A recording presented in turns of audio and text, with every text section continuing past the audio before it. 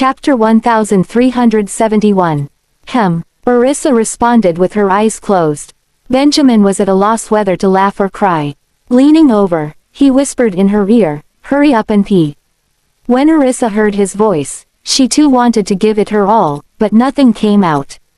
Benjamin gently patted her small face and playfully pinched her nose.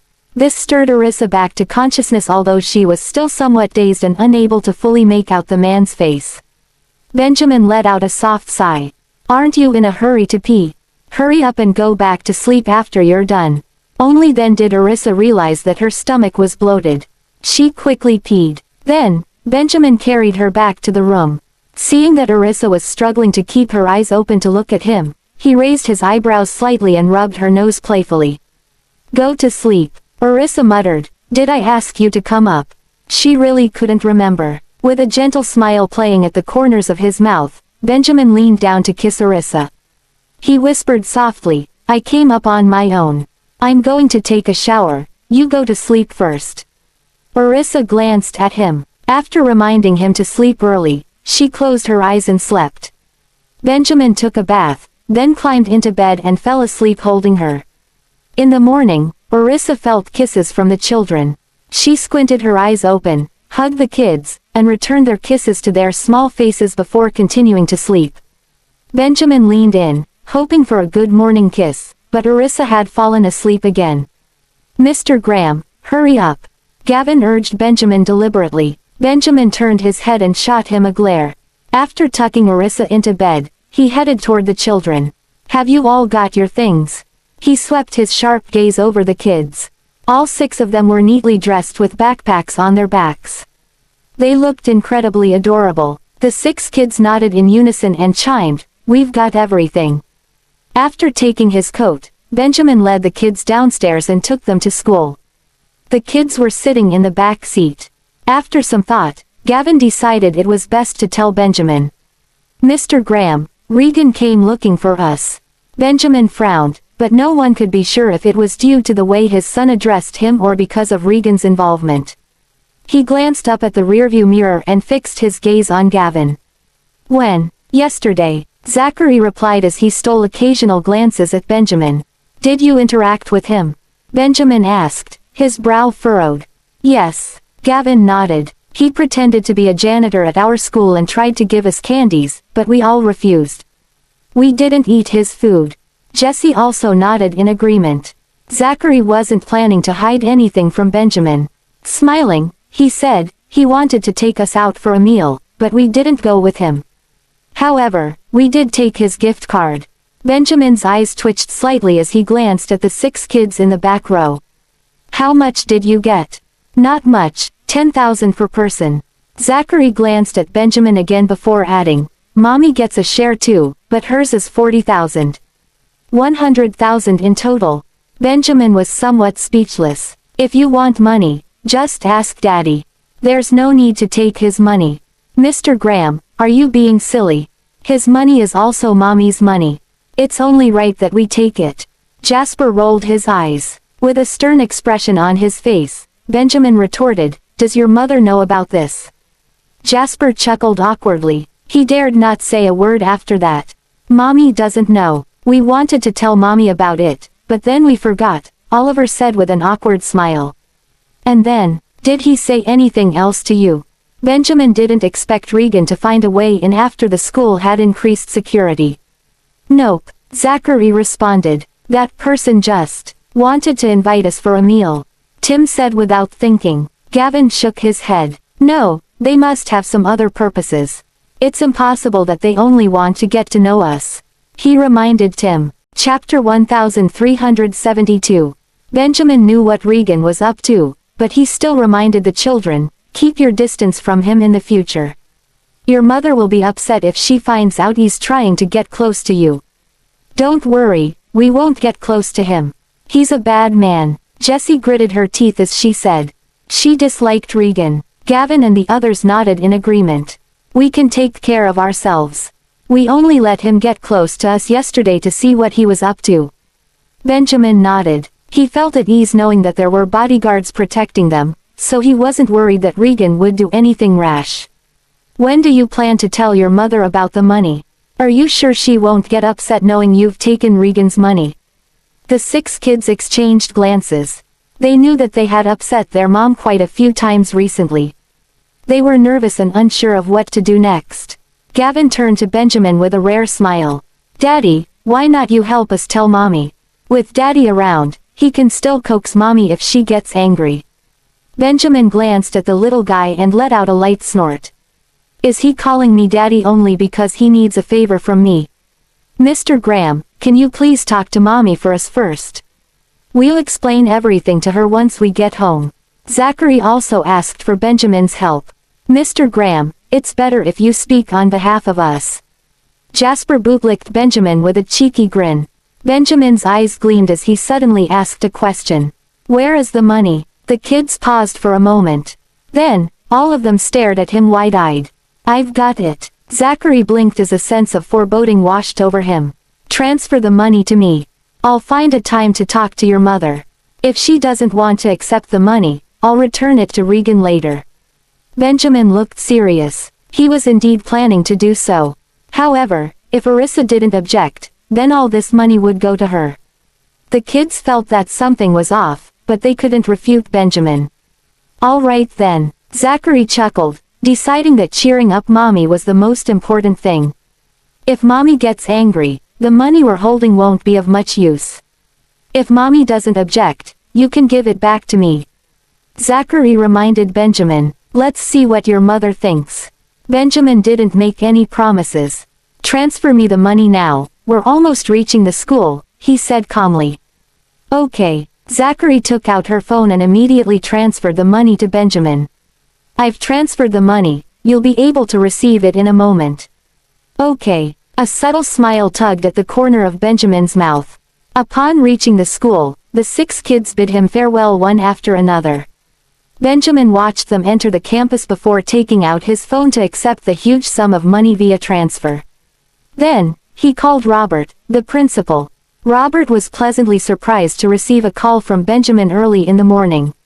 Mr. Graham. The principal's voice was cautious because he was unsure of why Benjamin would call so early. Yesterday, someone posed as a cleaner to get close to Gavin and the kids. Is this how you handle the security? Benjamin's overwhelming aura and icy tone instantly sent chills down Robert's spine. Faced with Benjamin's questioning, Robert broke out in a cold sweat. Mr. Graham, I apologize. I will investigate this immediately. If something like this happens again, I'll make sure you won't be able to maintain your position as the principal. Benjamin rebuked sharply. Yes, yes, Robert replied anxiously, not daring to object.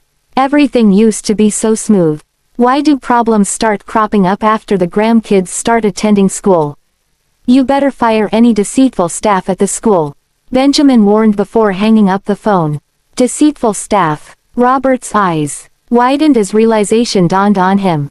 But who was the one causing this trouble? He had emphasized time and again the importance of ensuring campus security, yet there were still staff who dared to let people in recklessly. They completely disregarded his orders as if it was nothing. Scowling, Robert immediately called for a meeting with all the staff to find the person responsible. Chapter 1373. Benjamin had gone to the company for a meeting before returning home. As he neared Yaleview, Robert's call came through. He parked the car by the side of the road and answered the call. What's up, Mr. Graham? Yesterday Regan approached Gavin with the help of the logistics director. I have already dismissed him. Robert's voice trembled with fear as he spoke, worried that Benjamin would hold him accountable. From now on, apart from registered parents, relatives and strangers are not allowed to enter the school campus at will. All visitors must register and be escorted by the security at the entrance. After issuing the command, Benjamin emphasized enhancing campus security before hanging up the phone and driving back to Yaleview. Orissa was sunbathing in the garden while Darius fished nearby. Sean also kept Darius company by fishing. Old Mr. Graham, is it really okay to fish here? If Benjamin finds out, won't he scold us? Sean gazed at the calm water's surface as he sighed softly. For some reason, it was as if the fish knew they were fishing, for they didn't feel a tug on the line. If you're scared, then don't fish. Stop making a fuss. I didn't catch even a single one after half an hour because of you. Darius glared at Sean in annoyance. Orissa laughed heartily, watching them argue. Edwin just fed the fish this morning, so it won't be easy to catch them. Some are still hungry, Orissa. Just watch. I will catch a big fish for you and make you a dish. Darius promised with a smile. Perfect, we'll have fish for lunch. Orissa replied with a smile, not wanting to dampen Darius' spirits. Sean tilted his head to listen, then looked towards the front door. Old Mr. Graham, I think I heard the sound of a car. Could it be Benjamin? Is he back? Sean was rather intimidated by Benjamin. After all, not everyone could casually fish in that lake. You must be hallucinating. I don't hear anything. Darius scoffed, continuing to sit there and fish. Orissa couldn't hear clearly as well. For one moment, it sounded like a car was pulling in, but when she perked her ears up to listen, it was silent. He couldn't have returned so soon. After a while, Sean saw that it was indeed Benjamin's car. His expression turned dire as he quickly hid his tools in the flower bed. Orissa couldn't help but laugh. Why are you hiding it? Aren't you going to fish anymore? Sean chuckled a few times, reminding her, Mrs. Graham, please keep my fishing with old Mr. Graham a secret. Sean was impressed at Darius' bravery. If Benjamin sees old Mr. Graham fishing, he probably won't scold him, right? Huh. Darius' eyes suddenly lit up, and he turned to share the good news with Orissa but suddenly noticed his son approaching. Before yanking the rod, he hastily handed it to Orissa, whispering, reel it in. You've caught it. I'm not the one who caught it. Darius shifted all the responsibility and then rushed to stand by Sean's side. Orissa was speechless at his actions. Ha ha. Sean couldn't help but chuckle. Old Mr. Graham, why are you so adorable? I thought you weren't afraid of Benjamin. With a blushing face, Darius glared at Sean unhappily and reprimanded in a low voice, why didn't you tell me that Benjamin is back? The corner of Sean's mouth twitched slightly. His voice wasn't exactly soft when he told Orissa the instructions earlier. Apparently, Darius didn't hear their conversation at all. Orissa didn't know whether to laugh or cry at the situation. At that moment, Benjamin approached. His gaze swept over Sean and Darius, finally landing on Orissa. Orissa still held the fishing rod in her hand, flashing him a smile. Fishing. Benjamin's voice was incredibly gentle as he spoke to her. Yes. Orissa quickly answered, nodding her head as she reeled in her line. Let me. Benjamin took over, skillfully reeling in the line. A plump fish wriggled in the air. Orissa, this fish is so plump. I'm sure it'll taste delicious. Darius was overjoyed, signaling Sean to quickly take the fish off the hook, fearing Benjamin would throw it back into the lake. Chapter 1374. Benjamin glanced at Darius and Sean, then leaned down to ask Orissa, how would you like it prepared? Grilled, pan-fried, steamed, deep-fried, or as a stew? Orissa smiled, looking at Darius. You should ask Dad. Darius burst into a hearty laughter upon hearing her answer. He finally caught a big fish and couldn't be happier. Orissa, let's prepare it the way you want it. Orissa glanced at them. When she saw that Darius truly didn't mind, she cast another glimpse at the fat fish. Let's use the head for spicy fish head stew, steam the belly, and fry the rest of the fish, shall we? Darius nodded with a smile, supporting the idea. You've thought this through. The fish is quite large, so it can certainly be done as you said. Mrs. Graham, have you already thought about how to prepare this fish earlier? Sean gave her a thumbs up. Orissa smiled and replied, I just feel like eating something with a stronger flavor. Can you handle that much spice? Benjamin eyed her skeptically. The spicy fish head stew was both spicy and salty. It's been a long time since I've had that dish, so I'll have it today. Orissa looked at him, persuading, even if it's too spicy for me, the others can handle it. I think Mrs. Graham's suggestions are quite good. Just because you can't handle spice doesn't mean you can stop us from eating it, Benjamin. Sean sided with Orissa, his mouth watering just thinking about it. Exactly. Even if you can't eat it, we can. Darius chimed in before calling someone over to take the fish back to the kitchen to be prepared. I'll go have a word with Edwin. If you guys want to continue fishing, go ahead. Darius said before quickly following the housekeeper at a brisk pace. Sean's gaze darted between Benjamin and Arissa before slipping away with a chuckle. I'll go help out. Keep Mrs. Graham company while she's fishing, okay, Benjamin. Arissa knew why they were eager to leave the site, so she couldn't help but find it amusing yet absurd. She looked at Benjamin. You're back a bit early. Otherwise, old Mr. Graham and Sean could have continued fishing without fearing a scolding from Benjamin.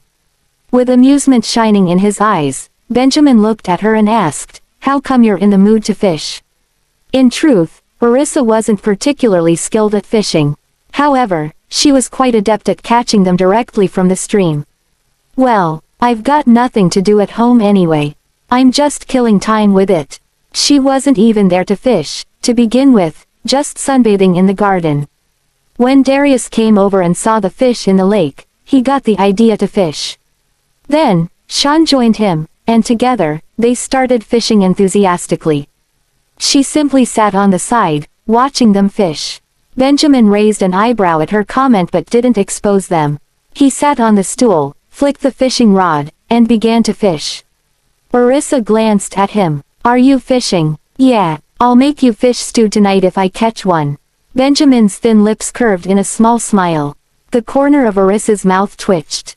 Looks like I'll be eating fish all day today. You didn't even put any bait on the hook, she reminded him. Benjamin turned his head to look at her. His eyes filled with amusement. Fishing is all about the joy of it. Arissa was rendered speechless again. The kids told me something in the morning after dropping them at school, Benjamin mentioned to her, not forgetting the request the children had asked for his help with. What is it? Arissa shifted her gaze from the lake surface to him. Yesterday, Regan went to their school to look for them. Benjamin glanced at her. Arissa's brows furrowed, creating a look of displeasure on her face. He actually went to the school.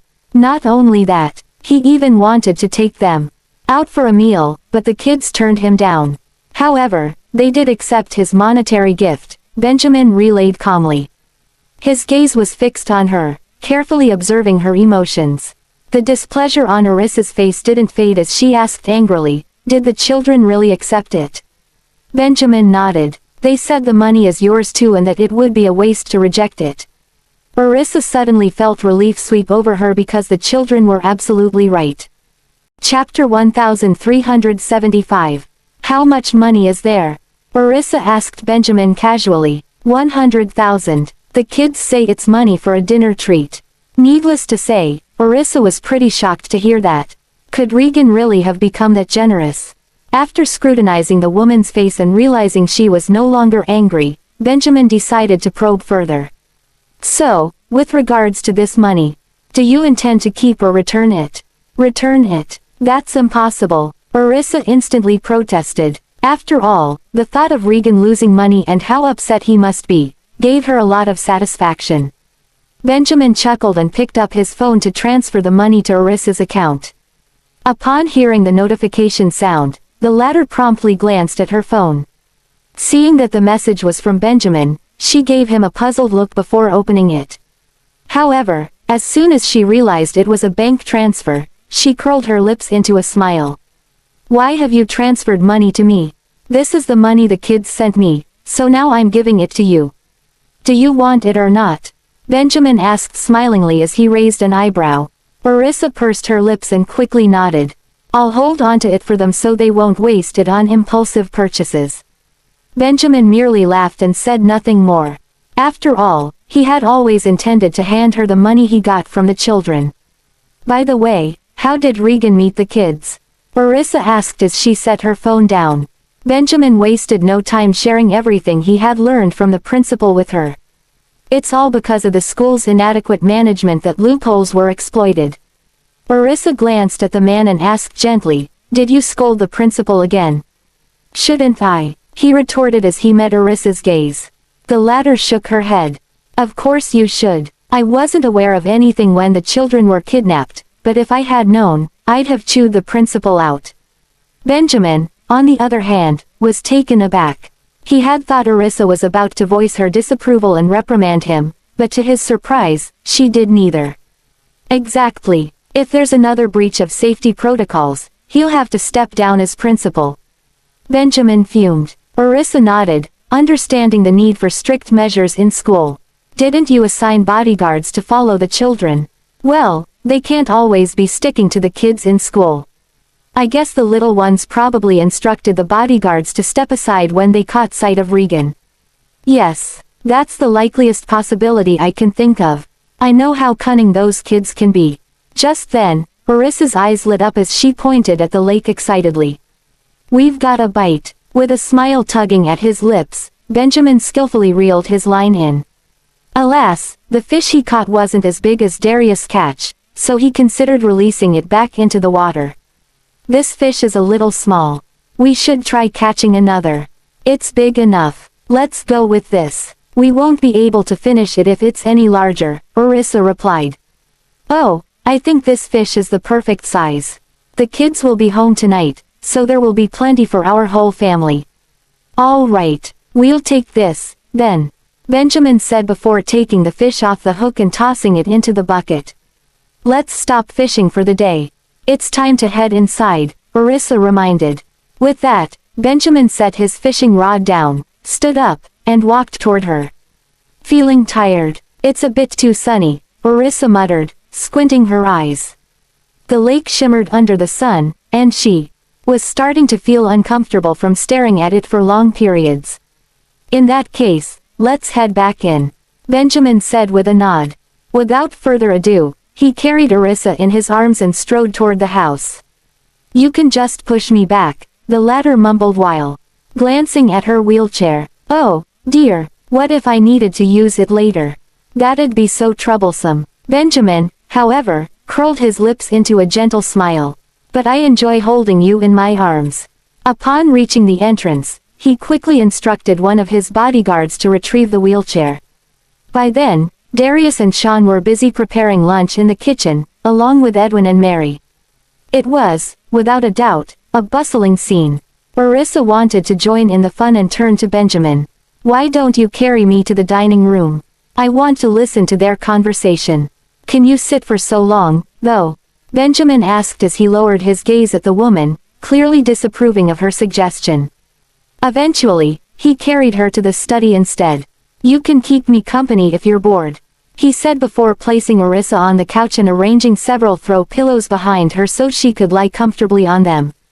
You can read some books if you like. Orissa didn't know whether to laugh or cry at the situation. Chapter 1376. What book would you like to read? Benjamin asked as he leaned over, one hand on the couch armrest and the other on the back.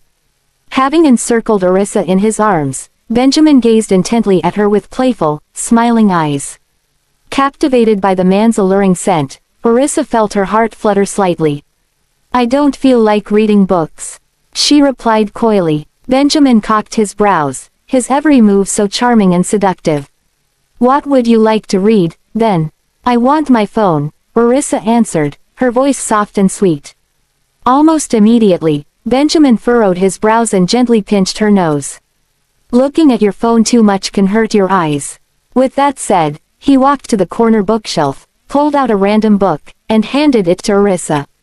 Here, read a novel instead. Though reluctant, Orissa accepted the book and sighed softly. Fine, fine, arg, what choice do I have? I don't have my phone, and Benjamin won't lend me his. How boring. Benjamin affectionately ruffled her hair before pouring her a glass of warm water and placing it on the coffee table. Satisfied, he turned around and got back to work. Meanwhile, Orissa couldn't take her eyes off the handsome man. When Benjamin sat down and noticed the woman staring at him, he merely grinned instead of teasing or stopping her. As soon as Orissa spotted his cheeky smile, she felt a blush creep into her cheeks, prompting her to avert her gaze. With that, she flipped the book open and began to read. Thankfully, the story was engaging, and she was deeply engrossed in it before she knew it. After some time, sobs emanated from the quiet study.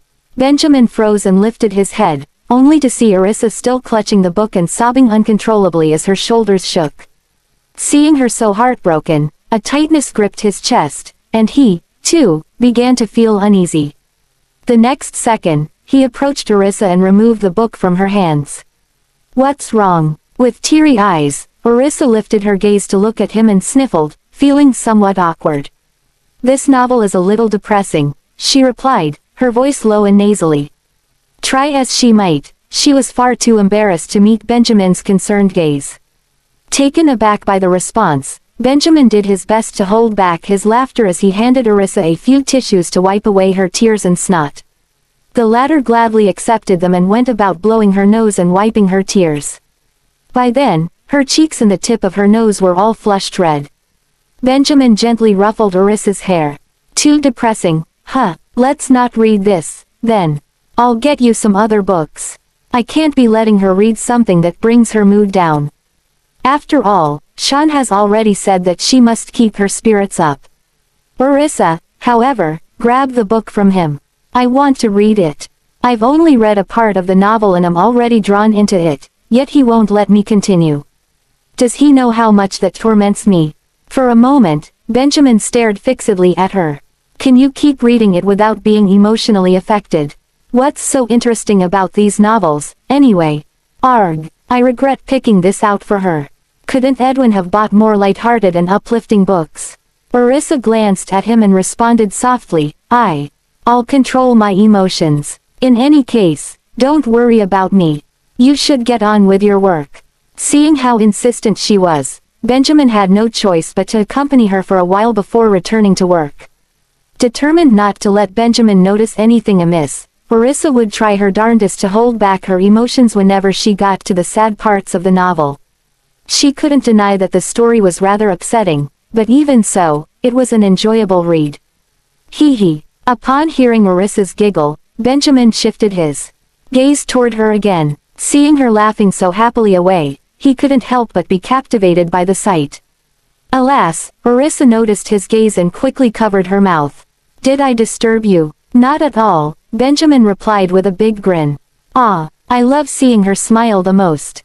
Orissa's eyes were full of laughter as she glanced at him, but it wasn't long before she buried her head back in her book.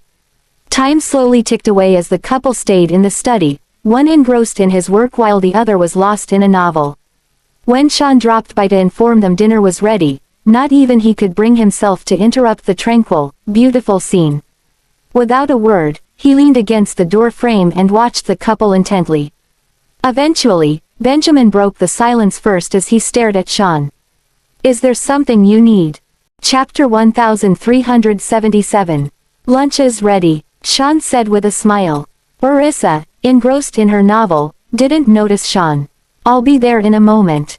Benjamin nodded at Sean, wrapping up his work.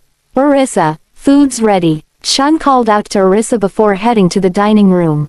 "Huh." Orissa looked up just in time to see Sean's disappearing figure.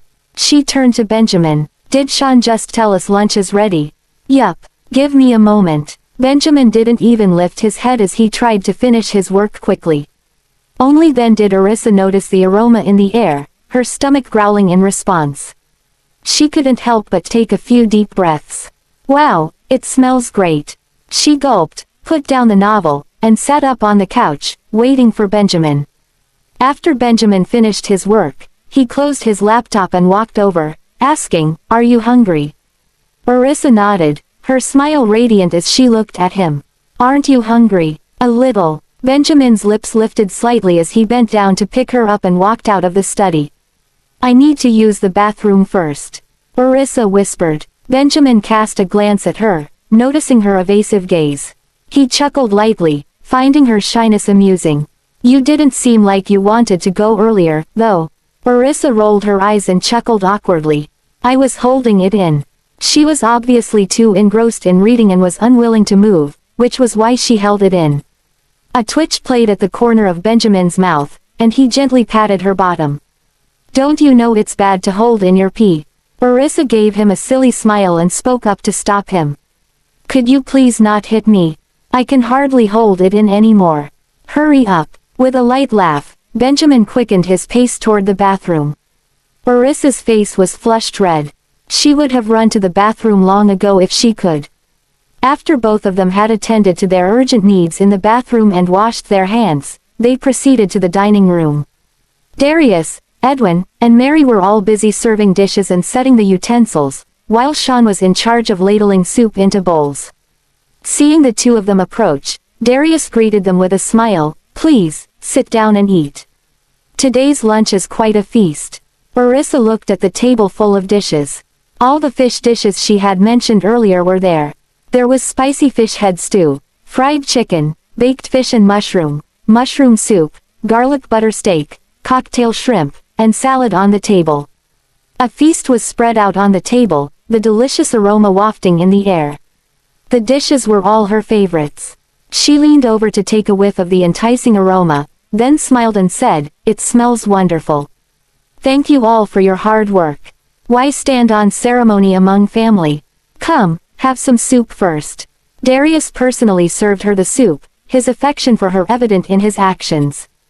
"Careful, it's hot." "Thanks, Dad." Orissa was overjoyed. Holding her bowl, she took a sip. "Delicious." Darius chuckled as he watched her.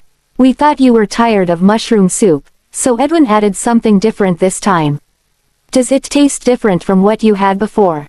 "Yeah." After taking a sip, Orissa realized something. "Did you add coconut to this?" "Correct, you have such good sense of taste." Edwin praised her with a hearty laugh. Orissa smiled, and seeing them still busy, she called out, "You guys should sit down and eat too." "Ah, finally, I can sit down and eat." Sean couldn't hide his delight as he joined everyone at the table. Taking his first bite of the spicy fish head stew. This tastes so good, Edwin. Is there any dish you can't make?" Edwin chuckled, his eyes crinkling with mirth as he joined them. "I can't make the dishes I don't know about." Everyone couldn't help but laugh out loud, happily enjoying their meal. Orissa also picked up her fork and took a bite of the spicy fish head stew. It was spicy and refreshing. "Mrs. Graham, how is it?" Edwin anxiously looked at Orissa, worried it might not be to her liking. "Delicious." Orissa gave Edwin a thumbs up, then started on her second helping. "Do you always eat spicy food like this?" Benjamin glanced at the fiery red chili peppers on her plate. She ate one without adding anything else to help with the spice. Orissa shook her head. "The spiciness is what makes it delicious." "Exactly, you wouldn't understand since you don't eat spicy food." Sean gave Benjamin a look while he ate. Darius and the others burst into hearty laughter, all while eagerly digging into the spicy fish head stew. They found it absolutely delicious. Chapter 1378. Do you want to try some? Orissa picked up a piece of fish with her fork and held it up to Benjamin's mouth. As Benjamin looked at the fiery red chili peppers, he could already feel a burning sensation in his stomach. Seeing his unwilling expression, Orissa chuckled, twirled her fork around, and popped the food into her own mouth. "It's better if you don't eat it anyway. Your stomach was upset just a few days ago." She looked at Benjamin with her clear, round eyes. She was just teasing him, not daring to make him actually eat it. Sean chuckled, teasing Benjamin, "Benjamin, look how much your wife cherishes you. She can't even bear to give you a hard time." With a lazy glance from Benjamin, Sean no longer dared to tease him. "If you can't handle spicy food, then don't eat it. Don't upset your stomach," Darius cautioned Benjamin, knowing his digestive system was weak. "Don't eat too much of this. It could cause canker sores." Benjamin looked deeply into Darius' eyes in a serious manner. The old man grunted, "Just a few bites is fine. I won't get canker sores that easily." It was unclear whether Darius did get canker sores or not after that, but Orissa certainly did that. Afternoon. When she woke up from her nap, there was a painful bump on the tip of her tongue. A soft hiss escaped Orissa's lips. She gasped for air. A sharp pain surged as the tip of her tongue touched her teeth. "What's wrong?" Benjamin entered the room and immediately noticed her pained expression, quickly moving toward her. Orissa gave a bitter smile. Her words were slightly slurred when she uttered, pain, Benjamin reached out to gently touch her forehead. Orissa pulled down his hand, opened her mouth, pointed to her tongue, and said, "It hurts here." Benjamin pinched her cheek, took a look, and noticed a distinct red spot on her tongue. He immediately understood what was going on. "You got a canker sore." He looked at her, his sharp eyes filled with amusement. Orissa took another breath, somewhat reluctant to admit it. Yes, I told you not to eat so many chili peppers, but you didn't listen. Are you enjoying the pain now? Benjamin deliberately teased her. Orissa gave him an annoyed glance. I'm in so much pain, and you're still making fun of me. With a light chuckle, Benjamin headed toward the door, saying, wait a moment, I'll go get you some honey. Orissa sighed. Eating spicy food felt great, but canker sores were terrible. Benjamin quickly came up, not only with honey but also with a cup of lemon juice. Drink this first, then I'll help you apply the honey. Orissa took the lemon juice. Its sour and sweet taste perked her up considerably. The honey would only be eaten by me.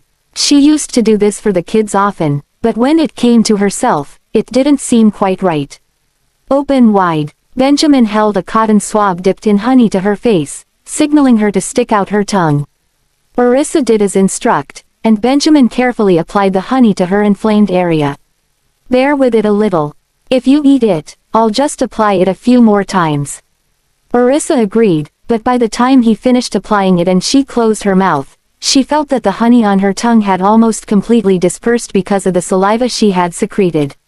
She watched the man as he put the lid back on the honey jar, and with a smile, she said, I ate it. Benjamin glanced back at her, then reopened the jar and applied a bit more for her. Stop talking. Benjamin pinched her face. It'll only disperse faster if you speak. Orissa chuckled a few times. Leaning against the head of the bed, she did not dare to move her tongue too much. This is just a temporary fix, not a permanent solution. You should really drink more honey lemon tea to cool down your system. Benjamin placed the honey on the bedside table, called Edwin, and instructed him to bring some honey lemon tea to Orissa every now and then. Orissa chuckled to herself, realizing that her troubles had also inadvertently caused him to worry. All right, you can go do your work now. Oh, could you bring me my novel? I'd like to read it. Benjamin glanced at her. Are you going to keep reading it? One moment, she would be crying, the next, she would be laughing. Anyone who didn't know better would think she was neurotic. Chapter 1379. I want to read it. If I don't finish it, it will always be on my mind. Hurry up, you can even have someone bring it here for me. Orissa blinked her eyes at him, acting coquettishly.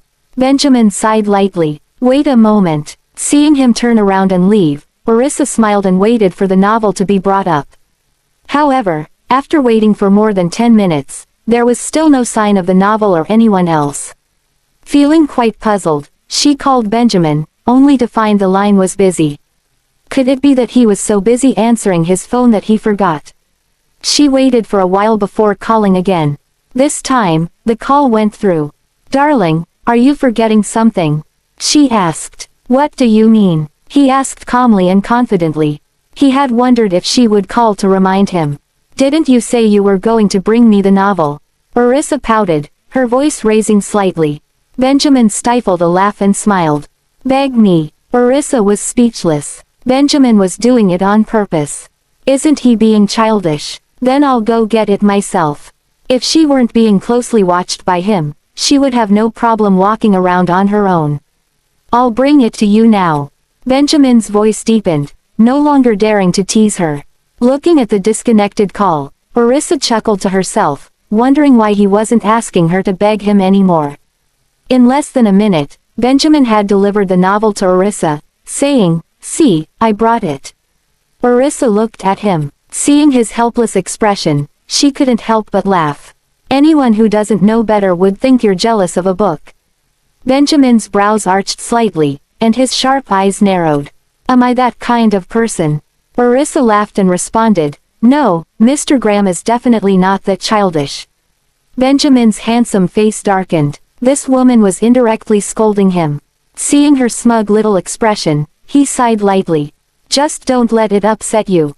It's not good for your health. Orissa nodded and beckoned him over, signaling him to come closer. Benjamin leaned in, and Orissa suddenly grabbed his collar, pulling him toward herself. She gave him a loud smooch.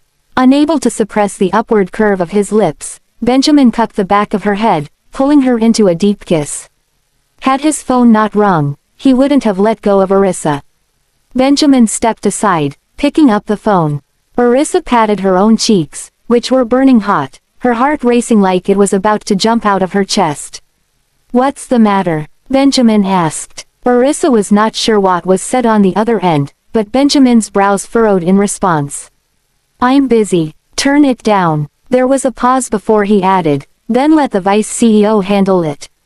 Benjamin's voice deepened a bit, and he hung up the phone. Orissa looked at his face. Noticing his aversion, she asked with concern, "What's wrong?" Benjamin glanced at her and responded, "The new mayor wants to meet for dinner." Orissa paused for a moment, then advised him, "You should go and meet the person. Otherwise, it might leave a bad impression and make things difficult for you in the future." The mayor had personally asked him out for a meal, so he still had to show respect. "What kind of impression do I have to leave him?" Benjamin didn't care. His arrogant demeanor left one at a loss for words. Orissa knew he was capable enough not to care about such things and asked, "Why won't you agree to have dinner with them?" "I'm busy." Benjamin repeated what he had said earlier. Seeing that he didn't seem to be making up an excuse, Orissa smiled and said, "Aren't you at home? Don't you have time for a meal? It won't take long to meet anyway. I have to keep an eye on you. I don't have time to meet anyone." Benjamin lightly huffed, not in the mood for small talk. Orissa was caught between laughter and tears. "If others find out it's because of me, won't they blame me? I really don't want to be the scapegoat." Benjamin glanced at her. "As long as I'm here, no one would dare to blame you." Chapter 1380. As soon as the little ones got home from school, they immediately ran to the study to find Benjamin. "Daddy, have you talked to Mommy yet?" Gavin asked, his eyes unwavering as he stared at the man with his backpack still on his shoulders. Tim, Zachary, Oliver, Jasper, and Jesse were all staring at Benjamin without blinking an eye. After looking at all the little ones, Benjamin replied, "I've told your mommy." The little ones looked at each other, then asked in unison, "Is Mommy angry?" A hint of amusement flashed in Benjamin's eyes. At first, she was a bit angry, but then she cooled down. The 6 little ones breathed a sigh of relief. Gavin probed further, "Did Mommy say anything?" Benjamin gazed at him, responding in a calm voice, "What do you want her to say?" Gavin chuckled softly, turned around, and ran off. "Let's go see Mommy." Zachary called out to his younger siblings to follow him. The 6 little ones ran up the stairs together, looking for Orissa. "Mommy, we're back." Jasper plucked up his courage and shouted from a distance. The little ones were now huddled at the door. Orissa saw them scrambling at the door over who should enter first. She couldn't help but feel exasperated and amused at the same time. "Come in one by one. Be careful not to fall." The little ones almost had their backpacks squeezed off their backs as they raced to the bed, their faces full of joy as they pounced on the bed. "Mommy." Upon hearing the soft, tender voices of the children, Orissa felt her heart melt. "Who brought you all home?" "It was Mr. Bailey," Jessie said with a gleeful smile, pulling out a packet of sweets from her backpack and offering it to her. "Mommy, Mr. Bailey bought this. It's so delicious. This one is meant for you." "Thank you, sweetheart." Orissa pinched Jess's cheek affectionately. The little ones had their backpacks taken off. They all clambered onto the bed and snuggled up with her for a while. "Mommy, did Mr. Graham give you the money that Regan gave us?" Zachary asked cautiously. Gavin and the others all quieted down, looking at her with guilt. Orissa glanced at them, noticing that none of them dared to smile anymore as they watched her cautiously. She raised an eyebrow, chuckling.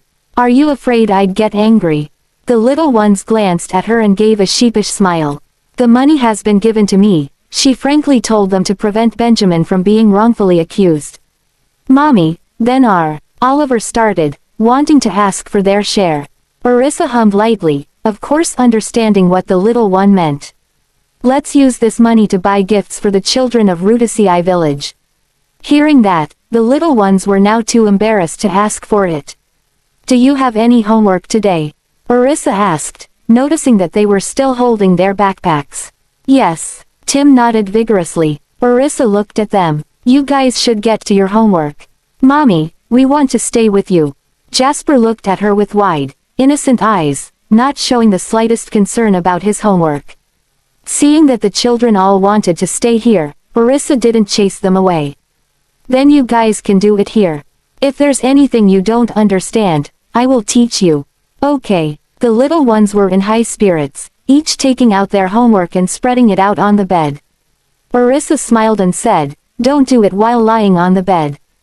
Go do it at the coffee table and remember to sit up straight."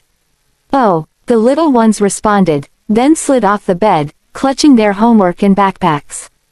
They moved over to the coffee table and gathered around it. Orissa watched as they obediently started doing their homework and was no longer in the mood to read her novel. She thought Tim would come to ask her for help with his homework, but only Jasper did. "Mommy, how do you solve this?" Jasper approached, sticking beside her with his homework in hand. Orissa smiled. "You don't know how?" Jasper nodded slightly. "Yes, I don't know how to solve this." Orissa glanced at Tim, then turned her attention back to Jasper. "Tim knows how to do it. Why don't you learn from Tim? What were you doing during class?" Jasper was feeling guilty. "Mommy, please teach me how to solve it quickly.